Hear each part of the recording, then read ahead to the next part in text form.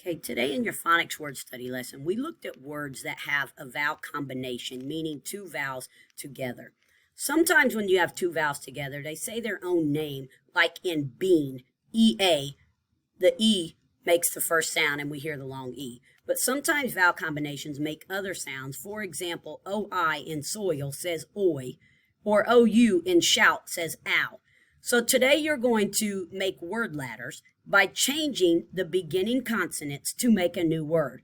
For example, we have the word soil, shout, main, and bean. You're going to make a word ladder by changing the first consonant or consonant letters to make a new word. So if we have soil, if we change the beginning of soil, we could change the S to a BR. And now we have the word broil.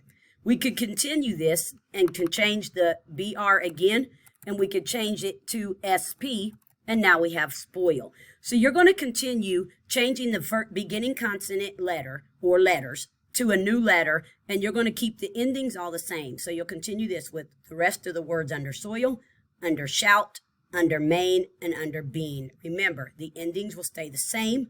You will only change the beginning consonants.